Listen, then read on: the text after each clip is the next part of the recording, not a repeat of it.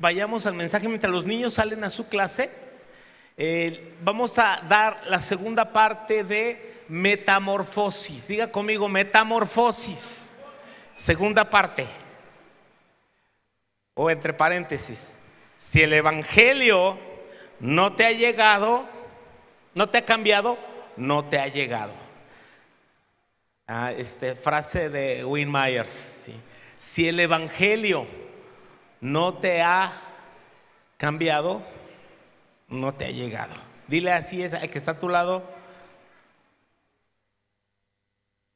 Vaya conmigo al texto que partimos la semana pasada. Es en Romanos capítulo 12, versículo 2. Romanos 12, 2. Dice, así que dice, no os conforméis a este siglo, sino transformaos por medio de la renovación de vuestro entendimiento, para que comprobéis cuál sea la buena voluntad de Dios, agradable y perfecta. La palabra metamorfosis viene de ahí, de nuestra palabra española ahí, transformación, pero en griego es metamorfosis, que significa un cambio, una transformación que ocurre, y obviamente, y esta transformación solamente la puede hacer Dios.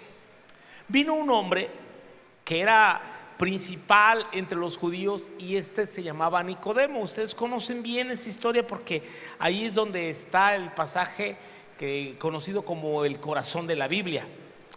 Y en Juan capítulo 3, Jesús está hablando con Nicodemo, y Jesús le está hablando del nuevo nacimiento. Vaya conmigo ahí a la historia. Y Nicodemo, que era principal entre los judíos, dice el verso 2, vino a Jesús de noche y le dijo: Rabí, sabemos que has venido de Dios como maestro, pero nadie puede hacer estas señales que tú haces si no está Dios con él. Respondiendo Jesús y le dijo: de cierto te digo, que el que no naciere de nuevo, metamorfosis, no puede ver el reino de Dios. Nicodemo empieza a hablar en el plano natural. Dice: ¿a poco un hombre puede nacer siendo viejo? Y Jesús le dijo, lo que es nacido, verso 6, lo que es nacido de la carne, carne es, y lo que es nacido del espíritu, espíritu es. No te maravilles de que te dije, os es necesario nacer de nuevo. La metamorfosis es un cambio que comienza en el corazón mismo del creyente, de la persona que tiene un encuentro con Dios.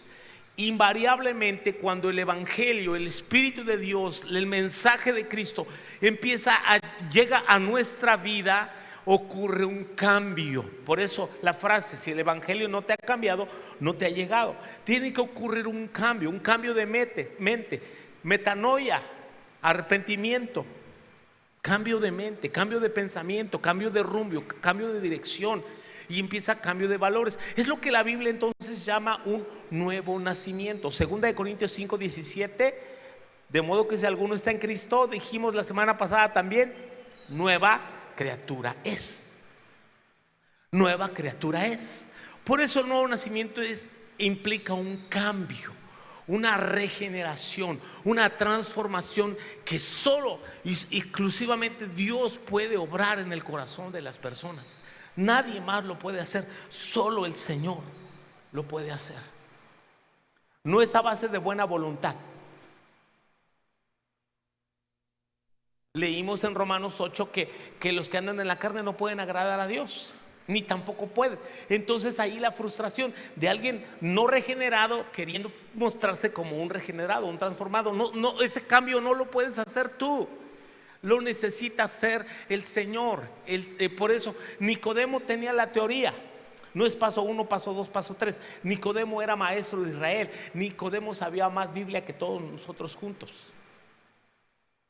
Pero Nicodemo no había experimentado el nuevo nacimiento hasta que vino a Cristo. Pablo, es más, quiero que vayas conmigo. Primera Timoteo, capítulo 1, versículo 12. Primera carta a Timoteo. 1:12. Mire qué dice: doy gracias al que me fortaleció. ¿A quién? A Cristo Jesús mi Señor, porque me tuvo por fiel, poniéndome en el ministerio. Pablo dice, no, él se fue a otro nivel. Dijo, habiendo sido yo antes. Habiendo sido, ¿cuándo? Antes, no es que ya así de pecador como andaba y ya luego al ministerio. No, habiendo sido yo antes. ¿Cómo era antes? Blasfemo, perseguidor, injuriador. Pero fui recibido a misericordia porque lo hice por ignorancia en incredulidad. 14. Pero la gracia de nuestro Señor fue más abundante con la fe y el amor que es en Cristo Jesús. Nota, ¿qué es lo que operó esos cambios en Pablo para que pudiera ser predicador y ministro? No solamente un creyente, sino un predicador y ministro de Jesucristo, habiendo sido antes blasfemo, perseguidor. Sí, operó la gracia, operó el favor de Dios. ¿Y con qué colaboró Pablo? Con su fe. O sea, él creyó. Y ahora Pablo tiene un amor o sea, una fe que desborda amor y gracia en Cristo, y todas sus cartas comparte amor, y el centro de su mensaje es Cristo, y es Cristo, y da gracias. Y no está recordando, y no está ahí diciendo, ay, cómo no estoy ahora con mis amigos. Hay gente que vive añorando su vida pasada. Mira, Filipenses capítulo 3. Filipenses 3.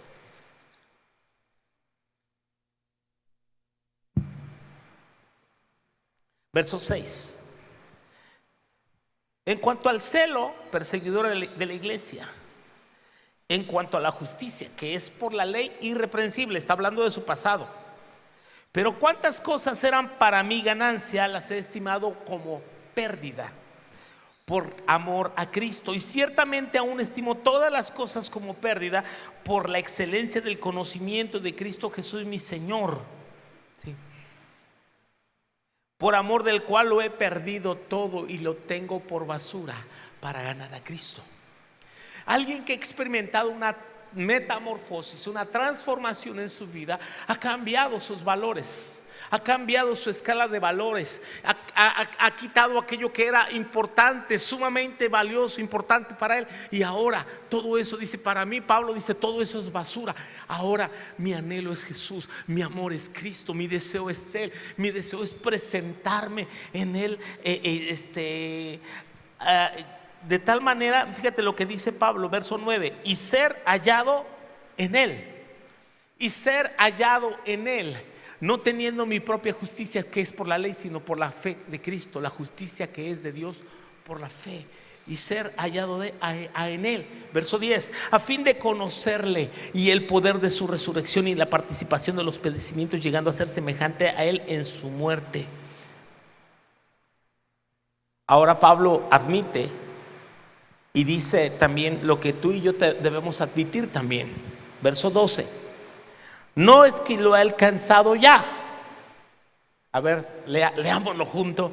No es que lo he alcanzado ya, ni que ya sea perfecto, sino que prosigo. Pero no me estaciono, di conmigo, no me estaciono. Ahí no me quedo en el bache, ¿sí? Prosigo para ver si logro asir aquello para lo cual también fui asido, tomado, llamado por Cristo Jesús. Prosigo a la meta. O sea, la metamorfosis, que es una obra de Dios y es la colaboración, la disposición del creyente para someterse a su señorío. Entonces es un proceso. Di conmigo, proceso. Estoy en el proceso. Algunos todavía no salen ahí de donde a la roca todavía le están dando martillazos y el molcajete se ha descompuesto 3 veces. Y ¿se acuerdan de esa historia que les conté un día, no?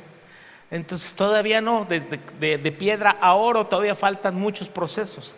De hecho, mira lo que dice en el versículo En el capítulo 1 de ahí mismo Filipenses 1:6, dice Pablo: estando persuadido de esto, estoy convencido del que comenzó. ¿Quién? Dios, el Espíritu Santo. El que comenzó la buena obra, ¿en quiénes? En vosotros, en nosotros. Va a llegar un día en que la perfeccionará hasta el día de Jesucristo. O sea, Dios todavía no ha acabado conmigo. Dile al que está a tu lado, ahora sí defiéndete, dile: paciencia, Dios todavía no ha acabado conmigo. Estoy en proceso, soy una obra en proceso. Pero contéstale: sí, pero no te estaciones, hermano. Échale ganitas, Esperancita.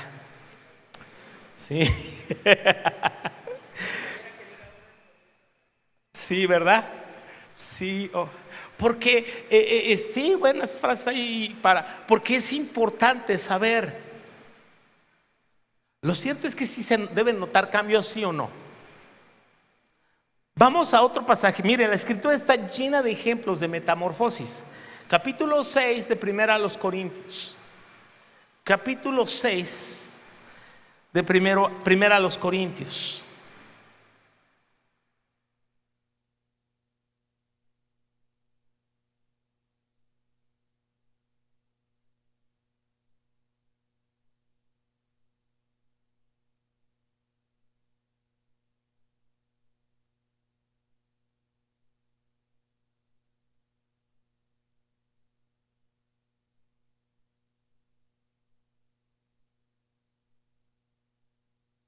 El versículo 10, por favor. 1 Corintios 6, 10.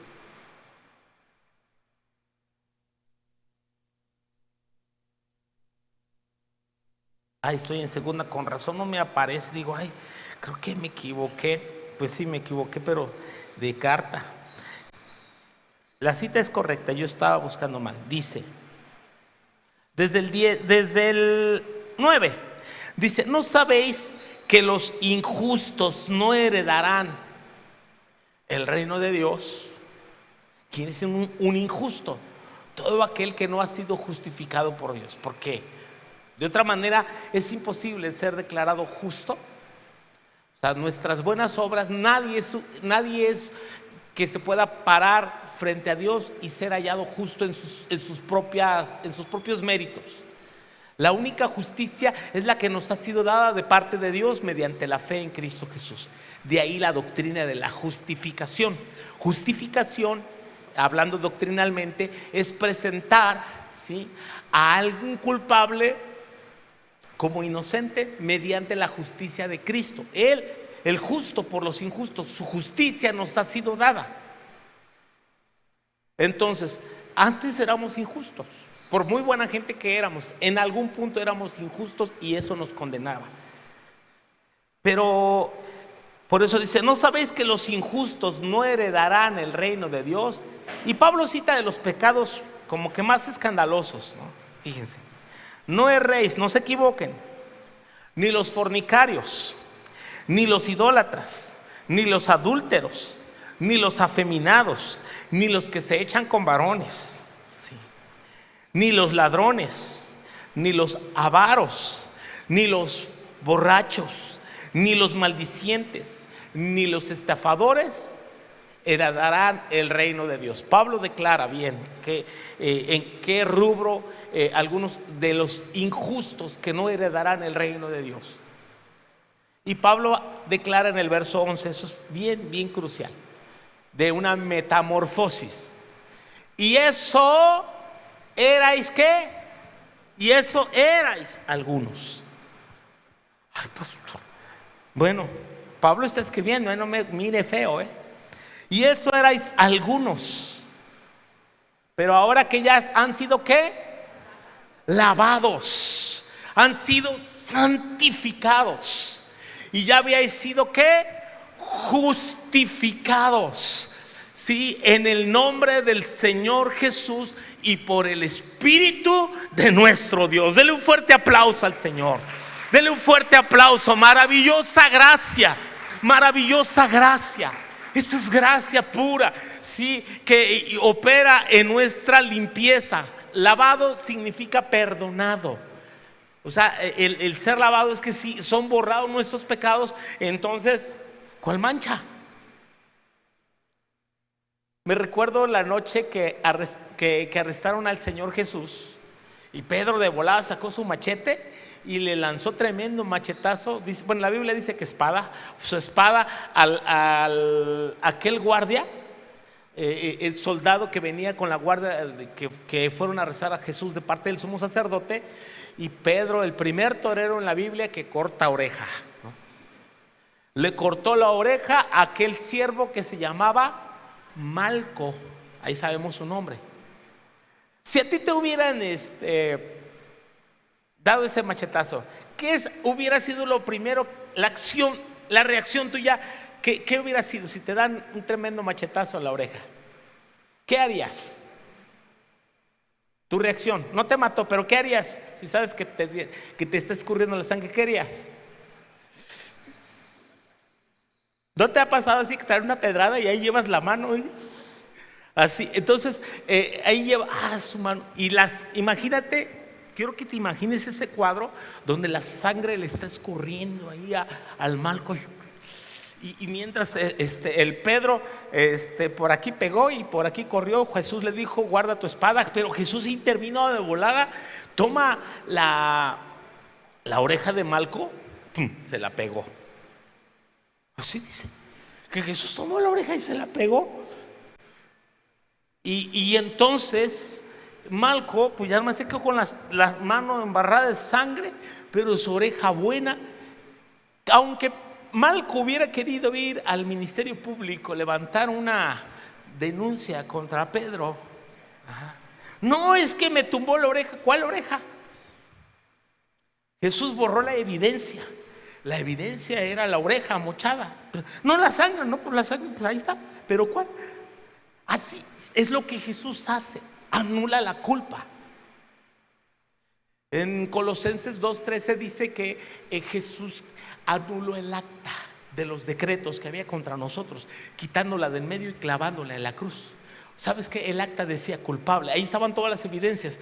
Jesús, es como que Jesús, este es el acta, y aquí estaban enumerados todas las evidencias en las que nos culpaban y nos mandaban al infierno por culpables.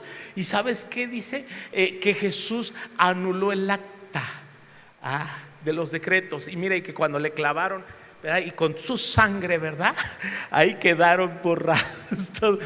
Y aunque la quisieran, pues primero ya estaba toda traspasada por esos clavos, y luego toda manchada de sangre, y ya no había manera porque Él pagó. De hecho, Él murió no por los pecados suyos, sino por los tuyos y los míos. Dile: por los tuyos y los míos, de todos los que hemos creído en Él. Por eso, vuélveme sí, ahí está el pasaje de Colosenses 2:14, anulando el acta de los decretos que había contra nosotros, quitándola del medio y clavándolos en la cruz, y exhibiendo a los principados y potestades, los exhibió públicamente, triunfando sobre ellos en la cruz. Pero el 6:11 vuelve a Corintios 6:11 y dice: y estos seráis algunos, así, de pecadores. Quizás, ay, pastor, pues no tan feo. Bueno, chismosito, sí, grosero, también envidioso. Bueno, alguno de esos rubros. Eso éramos. Pero ya habéis sido lavados, metamorfosis. Erais algunos, metamorfosis, pero ahora ya han sido lavados. Significa perdonados. Sí, perdón de Dios. Y como ya hemos sido perdonados y no hay culpa, entonces, ¿qué crees? Somos santos. Somos santos. Diga conmigo: soy santo.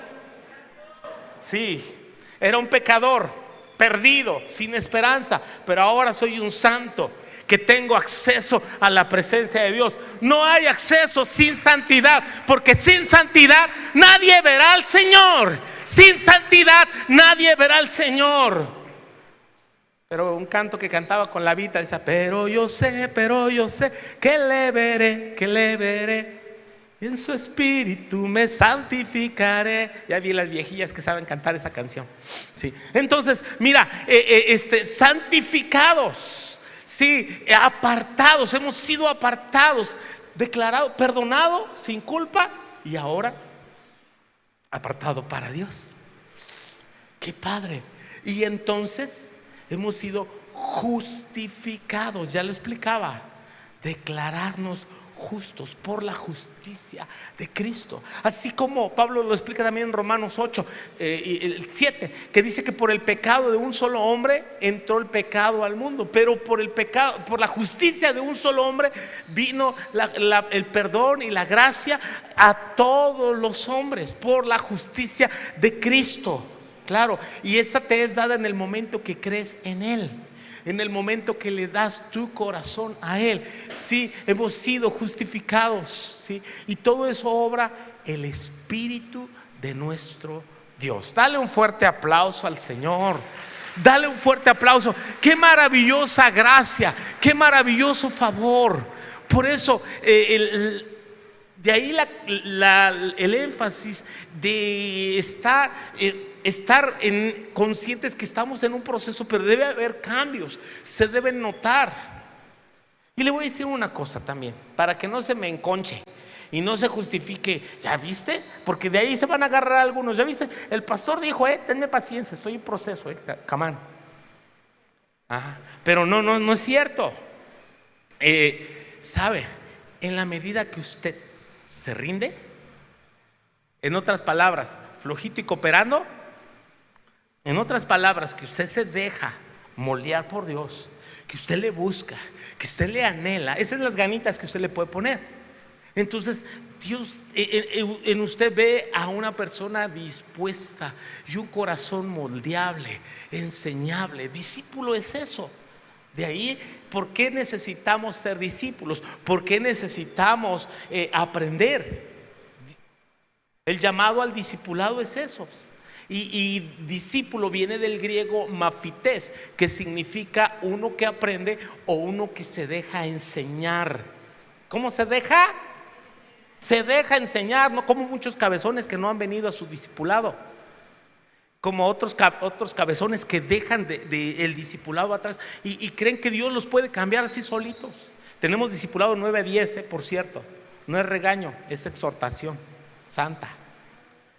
Porque si tú no pones de tu parte en ese sentido para ser alguien enseñable, alguien dispuesto y dispuesto a ser corregido, dispuesto a ser amonestado, dispuesto a ser confrontado.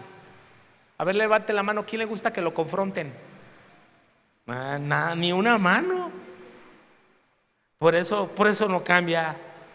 Sí, pues se enoja, no me incomoda, me pisan los callos. Sí. Bueno, abrace sus chamucos, pues ahí usted solo. No. O sea, la confrontación. ¿Sabe qué dice los salmos? Dice que el justo me reprenda. Que el justo me reprenda será un excelente bálsamo. O sea, no nos gusta. Pero ¿cuántos dan gracias por la exhortación? ¿Cuántos dan gracias porque necesitamos eso? No necesitamos a alguien que nos está suavizando el oído, que nos diga, tú puedes, campeón, bravo, no, échele ganas, no se preocupe, ahí va. No, sí, preocúpese. Por eso le estoy repitiendo este mensaje. Mire, si hay cambios en usted, de otra manera usted no está poniendo su vida en el altar de Dios todos los días. De otra manera usted está viviendo así. No se ofenda, pero como animalito del monte, solo por la vida, a ver qué haya. No, necesita usted formación. A ver, ¿qué niño crece mejor? Un niño que crece bajo el cuidado y las normas de una familia con horarios, con alimentos, con cuidado, con disciplina, con amor, con seguridad. O un niño que crece en la calle y hace lo que quiere, sin gobierno, sin nada. ¿A quién le va más usted? Al niño de familia, ¿verdad? Y a veces el niño de la familia se asomará por la ventana y verá a aquel niño que ni va a la escuela, anda todo piojoso, mugroso, pero él va y viene y nadie le dice nada, juega el celular todo lo que quiere, se sube a los columpios y va a la calle y anda en bicicleta y se cuelga de los carros y Quizás el niño dice, ay, ¿quién quisiera jugar todo el tiempo? Ay, mi mamá cada rato me está llamando la atención y lave trastes él allí, o haciendo su tarea, o ya sé, y que ya báñate y que ya recoge. Eso de momento nos molesta. Pero llega un momento, llega un día en que dirás, qué bueno que tuve un padre, que tuve una madre que me jaló las orejas, que me dijo, usted no va, usted no esto, usted se queda y esto, pero usted me obedece porque yo sé lo que le conviene. Porque al final y al cabo nosotros como padres estamos criando, estamos formando, estamos forjando vidas. Ahora en el Señor es así. Si tú quieres ser tratado por Dios y quieres que Él te reciba como hijo, ¿qué dice el padre que ama a sus hijos? Los corrige, los exhorta.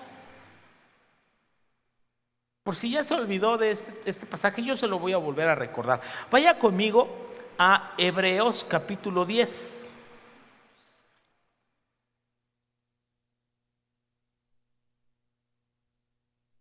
Porque dice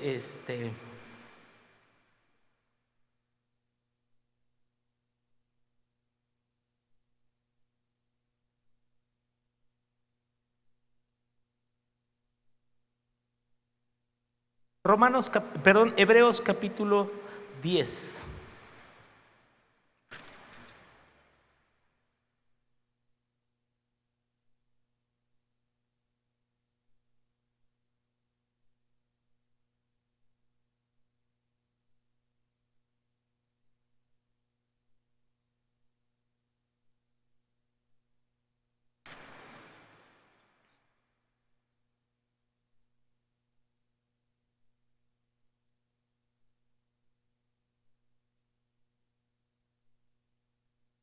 Me anda escondiendo este pasaje.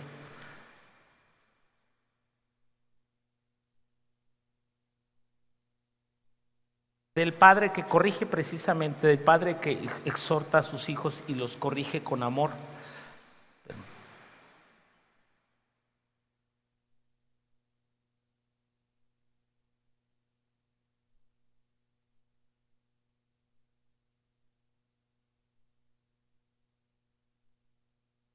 Bueno, está Proverbios 3:12, ¿me lo puedes poner? Proverbios 3:12 dice, porque Jehová al que ama, ¿qué dice? Castiga como el padre a su hijo a quien quiere. ¿Qué es eso? ¿Usted cree que un padre corrige a su hijo porque lo odia? No, ¿verdad? Dice que le ama. La confrontación, la exhortación, la amonestación, la disciplina tiene el propósito de cambiar esas vidas para bien, como el hijo a quien ama, como el 12:6. Ok, Hebreos 12:6 me quieres poner, gracias. Hebreos 12:6.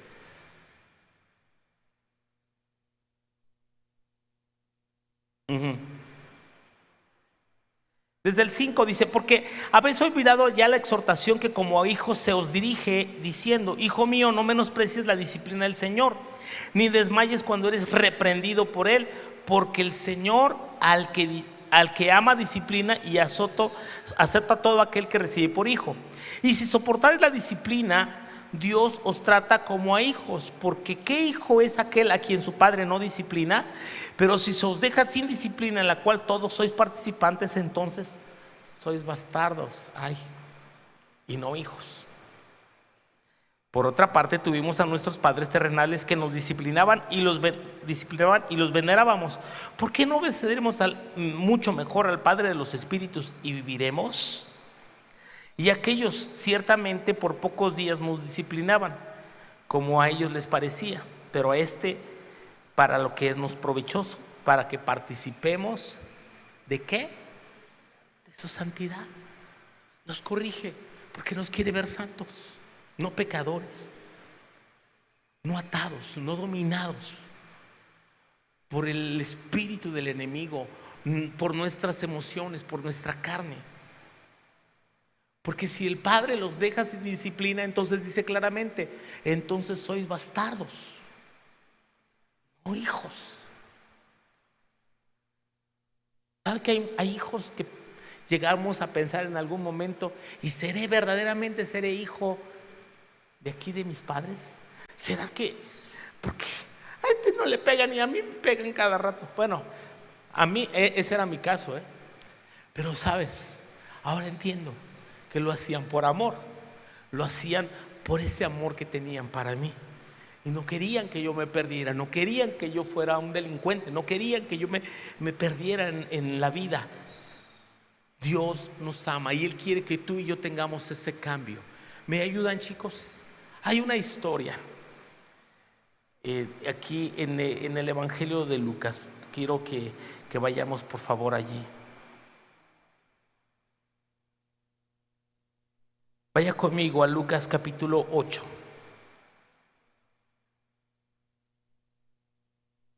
Lucas 8. Usted conoce bien esta historia, no voy a enfatizar tanto allí en leerla. Está a partir del versículo 26 al 39 y habla de aquel que había estado endemoniado y se le conoce como el endemoniado gadareno. Gadara era una región del mar de Galilea y evidentemente estos no eran judíos, porque en la región apacentaban cerdos. Los cerdos es un animal inmundo para los israelitas, para los judíos. Hasta el día de hoy, ¿sabe que yo leía? Que tienen tan inmundos a los cerdos en Israel, pero que aún así los permiten criarlos por alguna razón. Pero sabes, consideran tan inmundos que si tú quieres tener un criadero de cerdos en Israel, tienes que tenerlo en una segunda planta para que no hagan inmunda la tierra. A ese punto, o sea, los tienen en otro nivel. Y es en el tiempo de Jesús, este hombre que viene al encuentro de Jesús, que su morada era en los sepulcros. O sea, estoy poniéndoles el peor ejemplo, el ejemplo más extremo, para que vea que sí puede haber una transformación. Y si Dios pudo con este, o con este, puede también con usted. Sí. Mire, él tenía su morada en los sepulcros, sí. Y el hombre se hería, se hacía heridas y era violento. Nadie lo podían detener, dice el Evangelio de Marcos, ni siquiera con grillos ni con cadenas. Era un indomable. Entonces él tenía problemas de aislamiento, tenía problemas familiares, era un violento, era un iracundo, era un hombre que andaba en los sepulcros. O sea, tenía espíritus de muerte, tenía pensamientos de muerte, tenía todo eso, estaba desquiciado de mente. Pero este hombre tenía, cuando Jesús reprendió el espíritu, le dijo: ¿quién eres? ¿Cómo te llamas? Y dijo: Legión me llamo, porque somos muchos. Una legión era compuesta por más de 6,000 soldados romanos. Eso era una legión. Así que cuando el hombre dice legión, está dando a entender que hay más de 6,000 espíritus dentro. Entonces, ¿cómo pueden caber tantos? Porque son espíritus, no son materia. Por eso pueden caber tantos, 6,000. Ahora, entre más demonios, pues más dura la situación, Yo he orado por personas que tienen varios espíritus inmundos y es una lucha espiritual muy fuerte. Recuerdo el caso de una niña que ella con su mirada podía tumbarle la cabeza a los pollos de su tía, nada más con los ojos. Le mataba la tía la castigaba, ella nada más se quedaba así y le mataba a los pollos con la vista y le tumbaba las cabezas. Toda, pero bien endemoniada esa chica. 8 hombres no podían con una niña de 13 tenía. Ay, pastor, ¿cómo le hizo? Bueno, pues Dios nos dio gracia, pero pues no fue una tarea fácil, sí. a Jesús. Ahora, y era una niña que no tenía una legión, pero sí tenía varios. Y sabe, cuando este hombre escucha a Jesús reprendiéndole, él dijo: Legión me llamo porque somos muchos. O sea, muchos demonios habían entrado en él. Y esos demonios entonces le ruegan a Jesús entrar en un hato de muchos cerdos que pasían en aquel monte, y le rogaron que le dejase entrar en ellos. Y los demonios salieron del hombre y llegaron a los cerdos, y el hato, ¿qué hizo? Se precipitó en el mar y se ahogó. O sea, no creo que los demonios se ahogaron, no, se ahogaron los cerdos.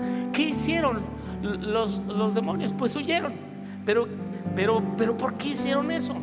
Porque Satanás siempre quiere causar males y quiere causar desastre. O sea, digo, para que les duela que poner en libertad a ese hombre les costó, a esos gadarenos les costó 2,000 cerdos. A los gadarenos, a los hombres de aquel lugar sí les pesó, porque para ellos era más importante sus cerdos que el hombre. Para Jesús era más importante el hombre que los cerdos. Sí, quizás era mucho dinero. Imagínate que si esos cerdos valían 5,000 pesos, 10,000 pesos cada cerdo, 10 por 2 son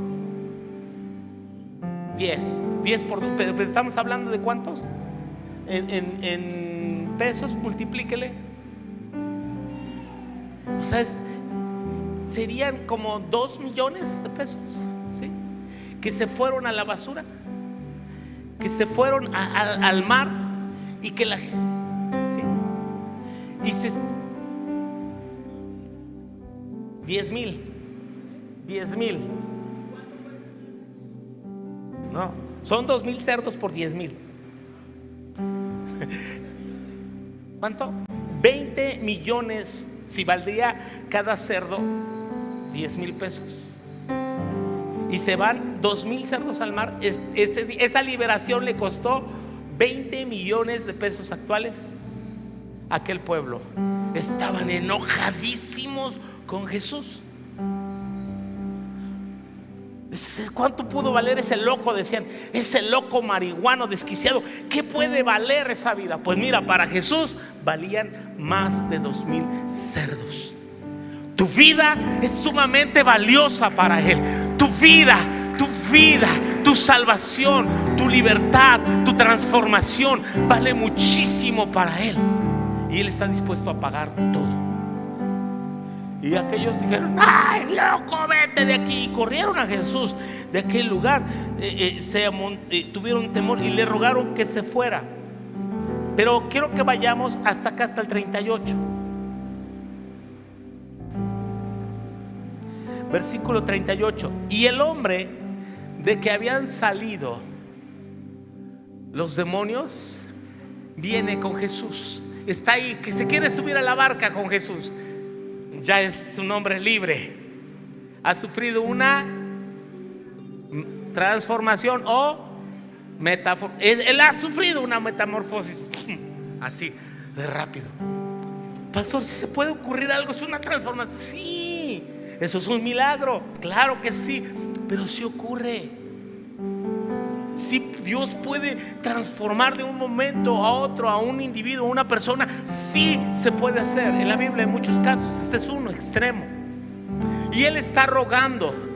Dice en el Evangelio de Marcos, en el pasaje paralelo, dice que el hombre estaba vestido, estaba cambiado, estaba en su juicio cabal. Eso dice Marcos.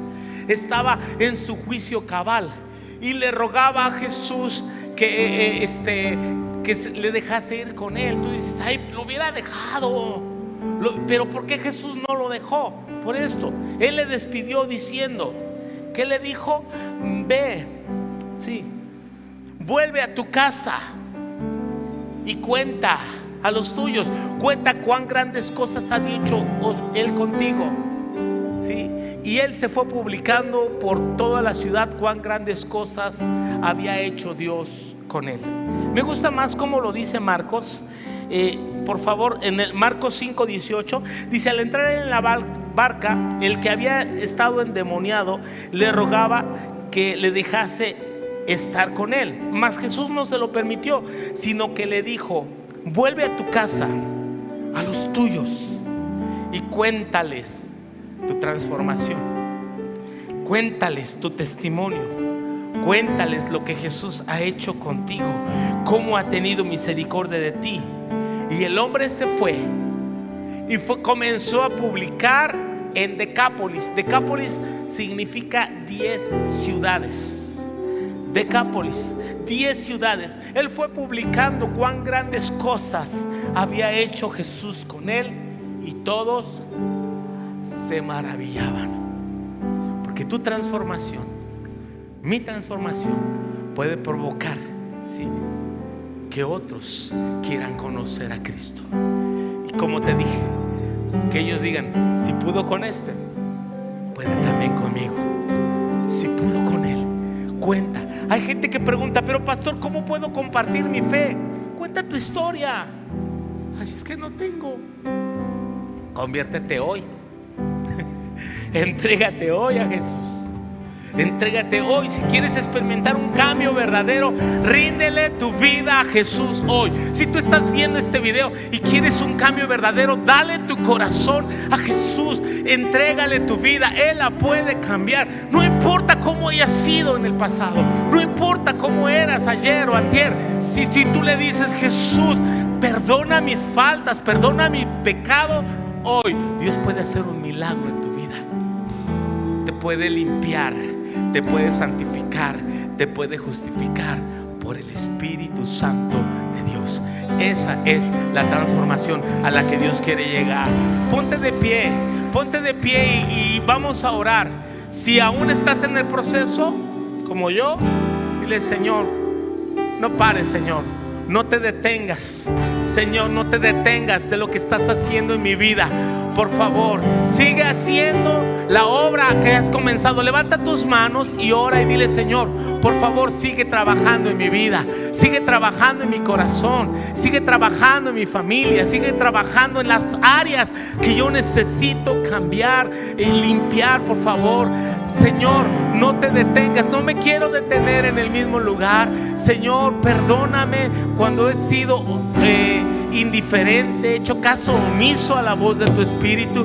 Me he resistido, me afano, Señor, en las cosas de este mundo, en los pecados que son persistentes en mí. Perdóname. Desecho la ira, desecho la mentira, desecho las groserías, desecho las críticas, Señor, la amargura, la falta de perdón. Señor, renuncio, Señor, a cualquier pecado moral, y Señor, con mis ojos, con mis labios, Señor, con mi conducta, Señor. Si estoy viviendo en inmoralidad, Padre, perdona. Límpianos, transfórmanos, cámbianos, transfórmanos en el nombre de Jesús. Por favor, ayúdame, Señor. Ayúdanos. Vamos levantando tus manos, sigue adorando. Dile: sí, Señor, continúa tu obra, continúa